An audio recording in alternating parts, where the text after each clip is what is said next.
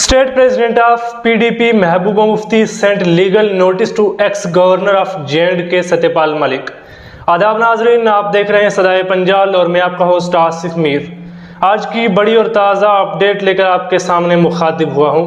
जिस तरीके से आपने पहले देखा कि लेफ्टिनेंट गवर्नर सत्यपाल मलिक जो कि जम्मू कश्मीर के साबका लेफ्टिनेंट गवर्नर रह चुके हैं, अब वो मेघालय के लेफ्टिनेंट गवर्नर हैं।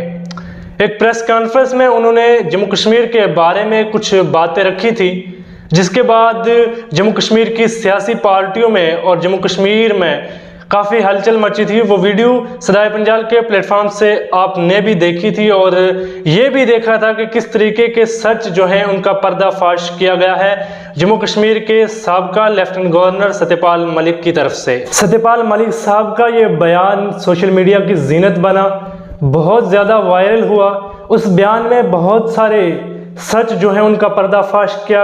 आखिरकार जम्मू कश्मीर की सियासी पार्टियों में और सियासी सरगर्मियों में पर्दे के पीछे क्या हो रहा है, ये लेफ्टिनेंट गवर्नर जो साबका लेफ्टिनेंट गवर्नर जम्मू कश्मीर के रह चुके हैं सत्यपाल मलिक, एक प्रेस कॉन्फ्रेंस में उन्होंने सब सच जो है बड़े धड़ल्ले के साथ और बड़े बेखौफ और निडर तरीके से बताए। उन्होंने ये भी बताया कि जब वो यहाँ के लेफ्टिनेंट गवर्नर थे, अगर वो यहाँ कुछ कर लेते तो उनके घर ईदी पहुँच जाती। अब इस ईदी का क्या मतलब है, अक्लमंद के लिए इशारा काफ़ी है, आप लोग समझ सकते हैं वो ईदी क्या हो सकती है। और उन्होंने भी साफ तौर पर इस ईदी को जो है वो तफसीलात के साथ बताया है। उन्होंने कहा कि जब वो यहाँ के लेफ्टिनेंट गवर्नर थे तब 2 फाइलें पास करने के लिए उनके पास कुछ लोग आए। एक में अंबानी इन्वॉल्व थे और एक में महबूबा के दौर के एक मिनिस्टर थे। जब दोनों की सरकार थी उस वक्त के एक मिनिस्टर जो अपने आप को प्राइम मिनिस्टर के बड़ा करीब बताते थे, वो इन्वॉल्व थे और उनके सेक्रेटरी की जानिब से 150 करोड़ का ऑफर भी दिया गया, कम से कम 300 करोड़ का ऑफर दिया गया ये बिल जो है, ये फाइलें जो है पास करने के लिए। बड़े सच का भांडा फोड़ा सत्यपाल मलिक साहब ने मेघालय में बैठकर जो प्रेस कॉन्फ्रेंस में बयान दिया। वहीं पर रोशनी एक्ट पर भी थोड़ी सी रोशनी डाली उन्होंने। रोशनी एक्ट पर क्या रोशनी डाली, उन्होंने कहा कि नेशनल कॉन्फ्रेंस के फारूक अब्दुल्ला की तरफ से जो रोशनी एक्ट का इफ्तिताह किया, उसमें ये बताया जा रहा था कि जो भी ज़मीनें लोगों के पास हैं, सरकारी ज़मीनें हैं, उन्हें वापस लेकर कुछ सरकारी बिल्डिंग बनाई जाएंगी, सरकारी काम होंगे और उनसे जो पैसा आएगा उसे हम जम्मू कश्मीर की बिजली को दुरुस्त करेंगे। और उन्होंने साफ तौर पर यह कहा कि बिजली तो दुरुस्त हुई नहीं, बल्कि वो ज़मीन कई एकड़ जो है वो महबूबा मुफ्ती के नाम गई और कई एकड़ जो है वो फारूक अब्दुल्ला के नाम गई। इस हवाले से जो बड़ी अपडेट मैं आप तक पहुंचाने की कोशिश कर रहा था वो ये थी कि महबूबा मुफ्ती की तरफ से एक लीगल नोटिस भेज दिया गया है एक्स गवर्नर सत्यपाल मलिक साहब को। उसमें यह कहा कि जितने भी उन पर इल्ज़ाम लगाए गए हैं ये बेबुनियाद और झूठे हैं। उन्होंने कहा कि मैं सिरे से इनको निकालती हूँ। जो उनके लायर हैं उनकी तरफ से कहा गया कि महबूबा मुफ्ती के दौर की जो सियासत है उसको उस पर इल्ज़ाम लगाया जा रहा है और उन्हें बदनाम करने की साजिश रचाई जा रही है।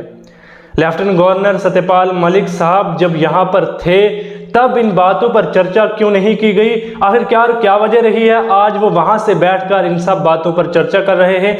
ये सरासर इल्ज़ाम और सरासर महबूबा मुफ्ती और बाकी सियासी पार्टियों को निशाना बनाने की कोशिश है और इन्हें बदनाम करने की कोशिश है। इसी हवाले से फारूक अब्दुल्ला साहब का भी एक बयान आया था और उन्होंने भी कहा कि जो उन पर इल्ज़ाम लगाए गए हैं ये झूठे हैं।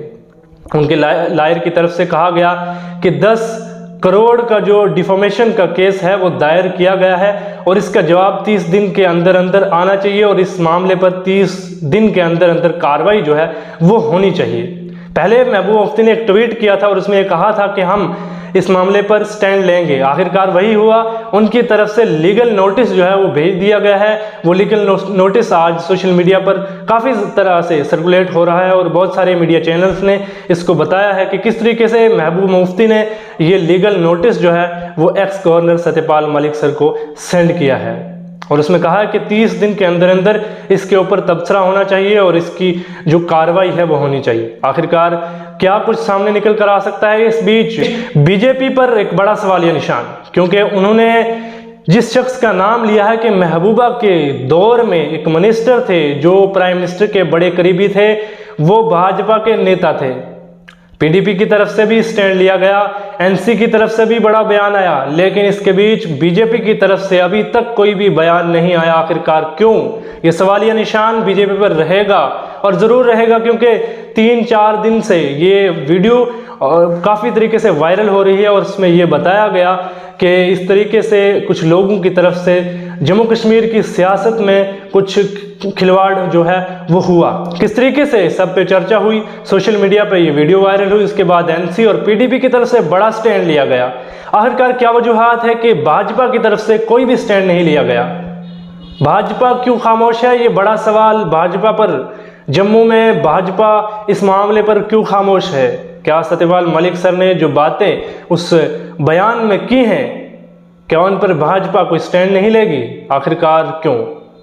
अब देखा यह जाएगा कि जो स्टैंड पीडीपी और एनसी की तरफ से लिया गया है, खासकर महबूब मुफ्ती का नाम उस में मेंशन है, उस जो लीगल नोटिस भेजा गया है उस नोटिस में महबूबा मुफ्ती का नाम जो है वो मेंशन है। आखिरकार सत्यपाल मलिक सर की तरफ से क्या एक्शन लिया जाएगा और किस तरीके से इस बयान पर जवाब आएगा, उसका इंतज़ार हमें भी रहेगा और आपको भी रहेगा। तब तक अपने मेज़बान आसिफ मीर को दें इजाज़त। अल्लाह हाफिज़।